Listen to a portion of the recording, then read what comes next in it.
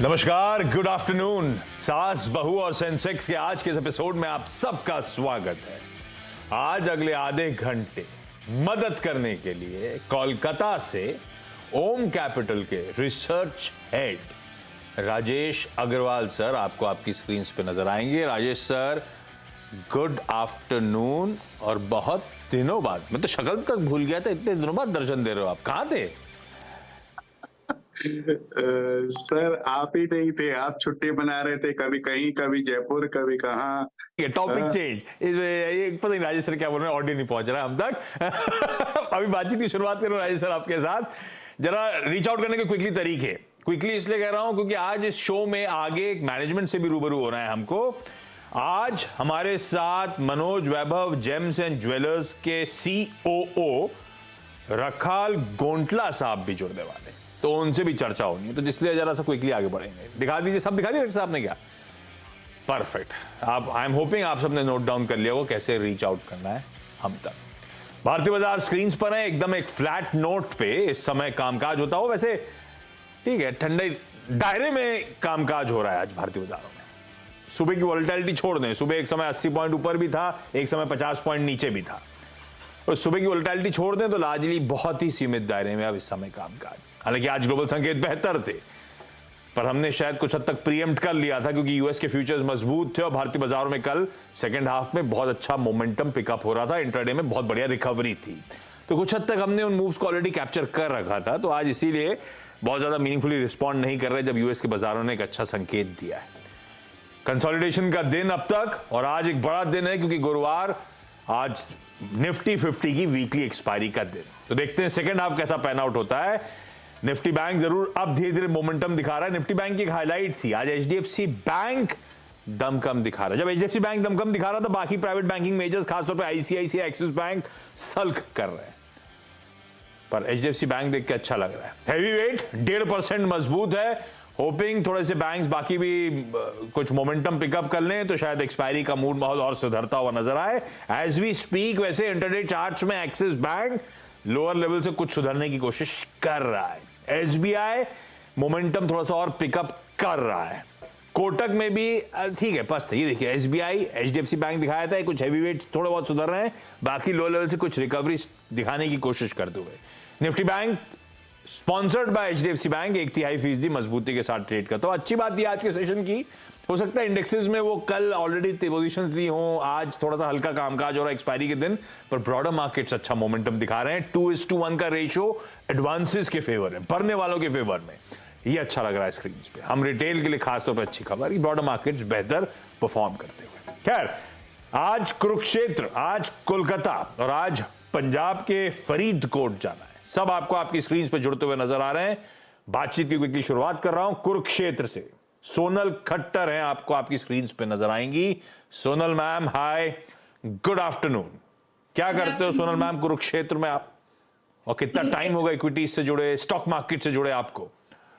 Sir मैं कुरुक्षेत्र में full time भी 4-5 साल से स्टॉक मार्केट में हूँ।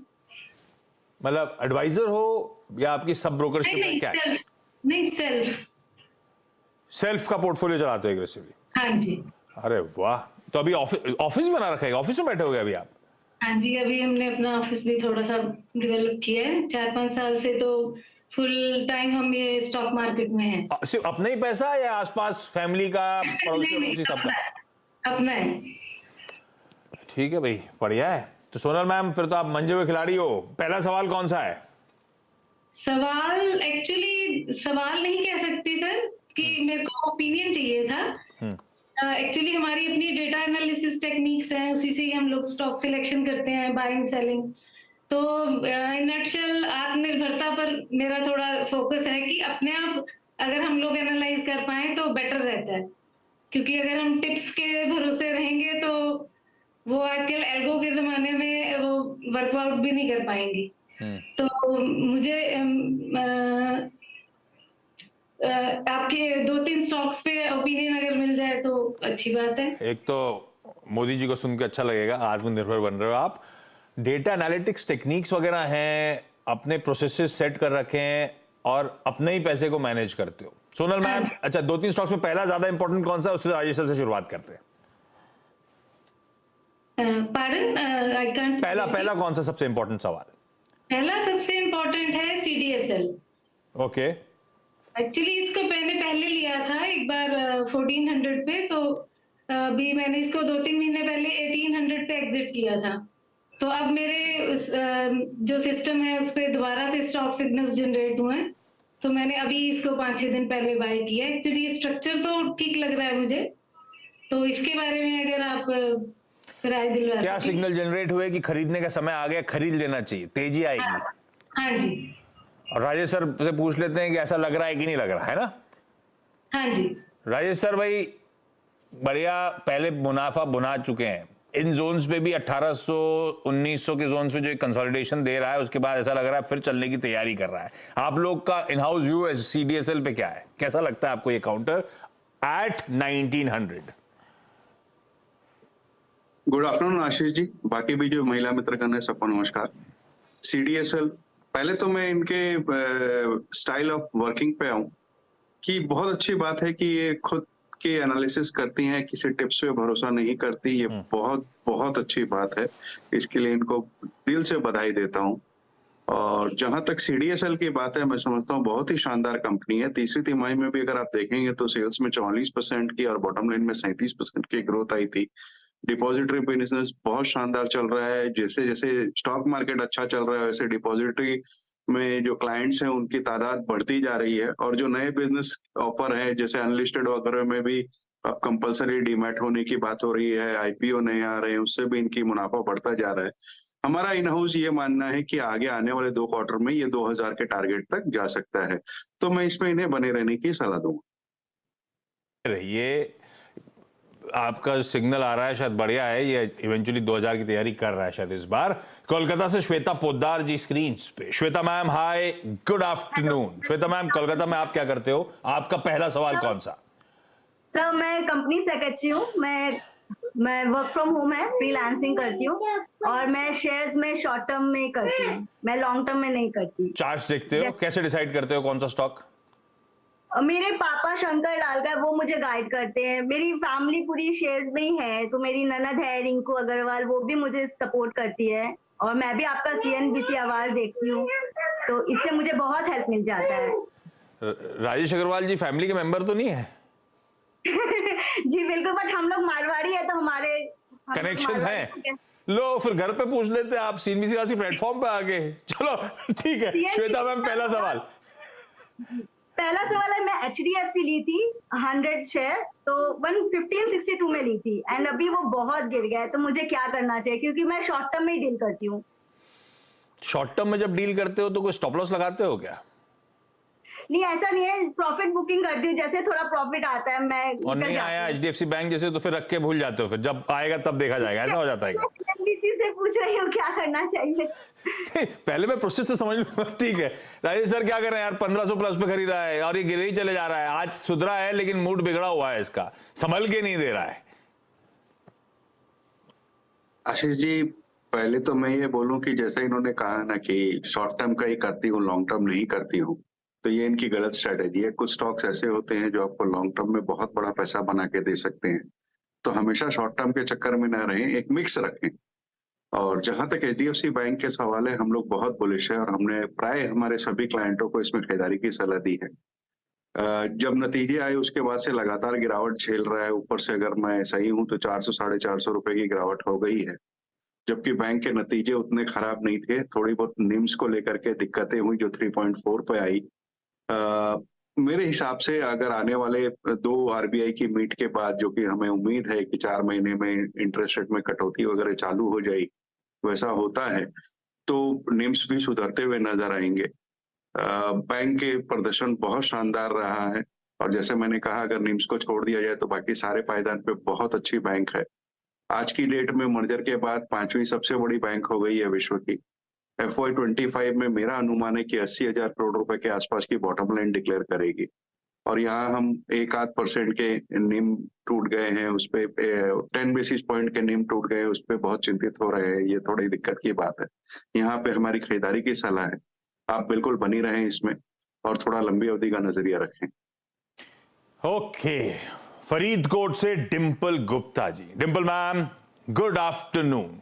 डिंपल मैम, पहला सवाल कौन सा राजेश सर के लिए? सर मैंने एक्सिटा कॉटन के शेयर्स बाय किए हैं, तो सर उनका लॉन्ग टर्म में क्या उनका टारगेट रहेगा? एक्सिटा कॉटन कितने पे लिया हुआ है, कुछ आइडिया दोगे? सर मैंने 29 थोड़ी ऑडियो कट रही है। 29 की खरीद है लॉन्ग टर्म के लिहाज से। राजेश सर, ये तो यार 62 वाला ईयर लोज के आसपास आके खड़ा हुआ है, मामला थोड़ा ठंडा सा है। ये रखने लायक है पहले तो लॉन्ग टर्म के लिए या नहीं? और बी, अब मैं क्या करूं, मेरी खरीद 29 की है, 4-4.5 रुपए लॉस में हूं। देखिए, पहले तो आपको लॉन्ग टर्म के लिए जब आप सोचती हैं तो आपको थोड़े से अच्छे फंडामेंटल्स वाली कंपनी पे ध्यान देना चाहिए। और अगर आप मिड कैप में उतना नहीं समझ पाती है तो मैं ये कहूंगा कि निफ्टी 500 या निफ्टी 50 की कंपनियों पे ध्यान दें, जहां के फंडामेंटल्स ठीक ठाक होते हैं। जहां तक एक्सिटा कॉटन का सवाल है, मैं नहीं समझता कि ऐसा स्टॉक है जिसको आपको पोर्टफोलियो में रखना चाहिए। मैं पहली एग्जिट पे आपको निकल जाने की सलाह दूंगा। तो आप यहाँ पे थोड़ा बहुत जो भी लॉस हो रहा है उसे बुक कर ले, निकल जाए, क्योंकि इस तरीके के स्टॉक्स कोई ठीक नहीं होती, कभी नीचे कभी ऊपर चलते रहते हैं, तो इससे दूर रहे तो बेहतर हो। मैम एग्जिट ही करिए भाई, मौका मिले तो निकलने के सोचिए। सोनल मैम, अगला सवाल। हाँ जी मैम, आपका अगला क्वेश्चन क्या? अगला सवाल मेरा है वी गार्ड पे। मैंने अभी 3-4 दिन पहले ही उसमें 305 पे एंट्री ली है, तो इसके क्या टारगेट्स रहेंगे? राजेश सर, वी गार्ड पे कवरेज है अपना होम कैपिटल में है, तो फिर क्या लॉन्ग टर्म टारगेट्स हैं? देखिए, इलेक्ट्रॉनिक कंज्यूमर ड्यूरेबल में कंपनी काम करती है, स्टेबलाइजर वगैरह बनाती है, इस तिमाही के नतीजे अच्छे आए थे। आने वाले दिनों में भी अगर रॉ मटेरियल के प्राइसेस में थोड़ी सी गिरावट आती है तो मार्जिन्स में बहुत बढ़िया सुधार आते हुए नजर आ रहे हैं। कैश फ्लो बहुत स्ट्रांग है, बैलेंस शीट अच्छी है। मुझे लगता है कि 350 के टारगेट मध्यम अवधि में आ सकते हैं, बिल्कुल बनी रहे साथ। श्वेता मैम, अगला सवाल। जी, मैंने आईपीओ में अप्लाई किया था न्यूवोको विस्टा कॉर्पोरेशन। 26 शेयर्स मेरे अलॉट हुए थे 570 पे, बट अभी वो 38 है और काफी साल हो गए मैं इस पे हूँ लॉन्ग टर्म में। और एक्चुअली जब आया था पेरेंटेज वगैरह देख के सब ठीक ही लग रहा था राजेश सर।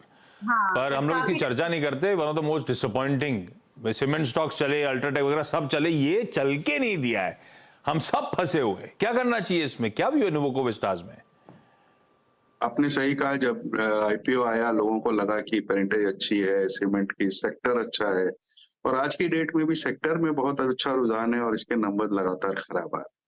लेकिन मुझे लगता है कि आने वाले दिनों में थोड़ा सुधार मौजूदा स्तर से बिल्कुल हो सकता है। प्रीमियम ब्रांडिंग है, इसकी डिमांड हम सब जानते हैं बढ़ी हुई है। इनका फोकस डेट रिडक्शन पे है, अगर डेट रिड्यूस हो जाता है तो मार्जिन्स में अच्छा सुधार होगा। इस वक्त मैं नहीं समझता कि इन्हें लॉस काटना चाहिए, बनी रहे स्टॉक में। मुझे लगता है कि आने वाले 1-2 क्वार्टर्स में ये स्टॉक 370-380 तक जा सकता है। वहां पर एक बार दोबारा राय ले ले, नंबर अगर सुधरते हुए नजर आए तो आगे की स्ट्रेटेजी देखेंगे, बट 370-380 2 क्वार्टर्स में दिखता है। चलिए, इस नोट पर Sonal ma'am, Shweta ma'am, Dimple ma'am, thank you so much इस प्लेटफॉर्म पर जुड़ने के लिए। राजेश सर, ब्यूटीफुली सारी क्वेरी सॉल्व करने के लिए आपका भी धन्यवाद। मैनेजमेंट का समय, बोर्ड रूम का समय, और Manoj Vaibhav gems and jewellers के chief operating officer Rakhal Gontla साहब आपको आपकी स्क्रीन पे नजर आएंगे। Gontla sir, hi, good afternoon. Numbers please screen पे लेकर आइएगा। आय 2-3% साल दर साल गिरी, मुनाफे में दबाव था, मार्जिन इस क्वार्टर में कॉन्ट्रैक्ट होते हुए नजर आए। गोंटला साहब, क्वार्टर परफॉर्मेंस थोड़ा सा सबड्यूड दिख रहा है, फीका से नंबर्स दिख रहे हैं, जबकि कहा गया था फेस्टिव सीजन है, मैरिजेस का समय है, तो इस बार फिर ये परफॉर्मेंस ठंडा क्यों नजर आ रहा है क्वार्टर 3 का? Good afternoon sir. सो अब हम पिछला क्वार्टर में मिले थे, आई थिंक 3-4 महीने पहले। सो उस टाइम पे अपना जो बात हुई थी Q3 Q4 का शादी का सीजन है, जो सबसे मेन चीज अपने को जो ज्वेलरी का जो साइकिल है completely it's based on seasonal है। सो अब Q3 में जो सीजन जो शादी का डेट्स पूरा आपको Q4 में आया हुआ, बट जो Q3 में अपने को जो सीरियस बायर्स जो है वो दिखने में अपने को आपको पता चलेगा। अभी आप रेवेन्यू के हिसाब से आपको थोड़ा सा कम दिखेगा, आपको जो प्रॉफिट जो देखोगे, so we have improved and we have stayed consistent उसमें, क्योंकि जो स्टडेड ज्वेलरी है जो Q3 में बहुत अच्छे से इम्प्रूव कर रखा हम लोग, इसलिए आपको जो सेल्स में आपको जो कम दिख रहा, जो आपको मार्जिन में इतना ज्यादा डिफरेंस नहीं आएगा आपको। सो Q3 पूरा अपने को जो सीरियस बायर्स हुआ, जो जिसका जो Q4 में जो शादी का जिसमें है, जो जो नहीं लिया, Q3 का पूरा सीरियस बायर के हिसाब से हम लोग we have been successful in that. Buyers Q3 Q4 marriage season, so I am assuming फिर इसका मतलब सब्सिक्वेंट क्वार्टर्स में इसका रिफ्लेक्शन आना चाहिए Q4 वगैरह में। अच्छा, जो Q3 में जो शादी में डेट जो हुआ, जो सारा अभी फरवरी मार्च में पूरा स्प्लिट हुआ, जो Q4 will be very good comparatively Q3। चलिए, ओके। अच्छा, आईपीओ के टाइम आप लोगों ने 270 करोड़ रुपए मोबिलाइज करे थे, 60 करोड़ रुपीस प्रमोटर्स का ऑफर फॉर सेल था और बाकी लार्जली स्टोर एडिशन प्लान्स के लिए वो पैसे मोबिलाइज करे गए थे। क्या अपडेट है स्टोर एडिशन प्लान्स को लेकर? कहां तक बात पहुंची? कब रोल आउट शुरू होंगे? सर, जो अपन जो 8 शोरूम्स के बात किया आईपीओ टाइम में, पूरा जो schedule whatever we have plan सब कुछ ट्रैक में ही है। जो अगला महीने जो मार्च में अपने को जो शोरूम्स ऑलरेडी जो इंटीरियर्स जो भी है पूरा तैयार होने में, आई थिंक अनदर 10-15 डेज में आपको पूरा रेडी मिल जाएगा। मार्च में कोई अच्छे से डेट देके we are ready to open and operate, all the जो बैकग्राउंड वर्क पूरा रेडी हो गया। बस अपने को जो उसके नेक्स्ट क्वार्टर में आपको और 2 शोरूम मिलेगा and all those things have been on track. सबका जो एग्रीमेंट जो भी चीज होता है जो शोरूम्स का, सब कुछ तैयार है। So whatever has been spoken during IPO, definitely everything is on track, will be doing it as soon as possible. I mention था 8 स्टोर्स को ऐड करने की तैयारी तो ऑन ट्रैक है। तो मतलब जैसे जैसे वो स्टोर ऐड होंगे, आई एम अज्यूमिंग फाइनेंशियल्स पे उसका फिर इंपैक्ट और बेहतर दिखना शुरू होगा। अच्छा, Q3 में जो सेल्स वेल्स आ रही हैं वो अब सब्सिक्वेंट क्वार्टर्स में रिफ्लेक्ट होना शुरू होंगी, शायद Q4 के फाइनेंशियल्स इंप्रूव होंगे, पर Q4 सर वो वाला समय होगा जब शायद वो आम चुनाव सर पे खड़े होंगे, जनरल इलेक्शंस। कोई इंपैक्ट धीमापन पड़ता है क्या उसका? जनरल इलेक्शंस का आमतौर पे इंपैक्ट क्या होता है ज्वेलरी सेल्स पे? सर, एक चीज है, जो रेगुलर सेल आप जो शादी का सीजन नहीं हो तब आपको डेफिनेटली आपको लगेगा थोड़ा बहुत जो सीरियस बायर्स है वो सोचेंगे थोड़ा इलेक्शन के बाद खरीदेंगे, जो भी जिसका बजट के हिसाब से। अभी जब शादी का सीजन है, किसी को घर पे जो शादी है वो इलेक्शन से कोई लेना देना नहीं होता, क्योंकि उनके घर पे शादी का जो उनका प्रायोरिटी होगा इलेक्शन से। इसीलिए जो शादी का सेल है 100% अभी जो हमारा जनवरी 10-12 से स्टार्ट हो गया, अभी भी चल रहा है। It's been a very good 1.5 quarter. So we are expecting the same जो नेक्स्ट 1.5 जो महीने जो बाकी इस क्वार्टर में we are expecting it. And अभी तक तो कुछ अपने को जो इलेक्शन का जो चीज है we haven't been affected as of now in the business fashion. अच्छा, मार्जिन इस बार थोड़े से सबड्यूड साल दर साल, यहां से मार्जिन की ट्रेजेक्टरी कैसी? मार्जिन की ट्रेजेक्टरी में अगर ऐसा क्लब कर दें कि यहां से फिर आप लोगों को जो डायमंड की सेल्स होती है या फिर हाई मार्जिन गोल्ड ज्वेलरी की सेल्स होती है, क्या उसमें एक्सपेक्ट कर रहे हो यहां से ज्यादा बेहतर ट्रैक्शन, ज्यादा बेहतर मोमेंटम? सर, जो हमारी जो कोशिश है जो स्टैंडर्ड ज्वेलरी है हर क्वार्टर हम अपने को इम्प्रूव करने का जो टारगेट्स है वो 100% हम पूरी करते रहेंगे। जो Q4 में जो अपने को जो रेगुलर स्टैंडर्ड ज्वेलरी छोड़कर अपने को जो साथ साथ जो शादी का सीजन है वो दोनों जोड़ के will definitely see a very good Q4। अभी जो Q3 से जो कंपेयर करोगे 100% विल बी गुड क्वार्टर। आप पिछला साल भी जब देखोगे Q3 में जो हुआ था, अपना कंपनी के जो मार्केट का ट्रेंड्स भी आप देखोगे Q3 का, थोड़ा शादी का सीजन कम होता है कभी कभी, या फिर मेनली आप साउथ का देखोगे आप दिसंबर नवंबर में शादी का मुहूर्त थोड़ा कम होता है। जो इसलिए आप पिछला साल 22 भी Q3 सबका थोड़ा बहुत कम होगा, जैसे हमारा भी अभी भी ऐसी है। Q4 का सबका जब इम्प्रूवमेंट जो मतलब पूरा मार्केट ही जो सेल्स बढ़ेगा, and Q4 you can see a very good season for all the jewellers. Brush से पेंट नहीं कर सकते, नॉर्थ और साउथ को समझना जरूरी है। यहाँ पे नॉर्थ में शादियों का सीजन जबरदस्त पिकअप हुआ और नॉट नेसेसरली साउथ में, और मनोज वैभव दरअसल एक रीजनल प्लेयर है, ठीक है, तो सब्सिक्वेंट क्वार्टर्स में असर उसका। Gondla sir, thank you so much जुड़ने के लिए। Manoj Vaibhav gems and jewellers का ब्रांड तो मेरे ख्याल से वैभव ज्वेलर्स उसके नाम से ज्यादा पॉपुलरली जाने जाते हैं। खैर, नंबर्स पे शार्प रिएक्शन था, आज स्टॉक संभलता हुआ आपको आपकी स्क्रीन पे नजर आएगा। क्विकली छोटा सा ब्रेक ले रहा हूं, ब्रेक के उस पार जब लौटेंगे तो मार्केट्स का एक क्विक चेक। बता दें कि मनी कंट्रोल पर दिए गए विचार एक्सपर्ट्स के अपने निजी विचार होते हैं। वेबसाइट या मैनेजमेंट इसके लिए उत्तरदायी नहीं है। यूजर्स को मनी कंट्रोल की सलाह है कि कोई भी निवेश निर्णय लेने से पहले सर्टिफाइड एक्सपर्ट की सलाह लें।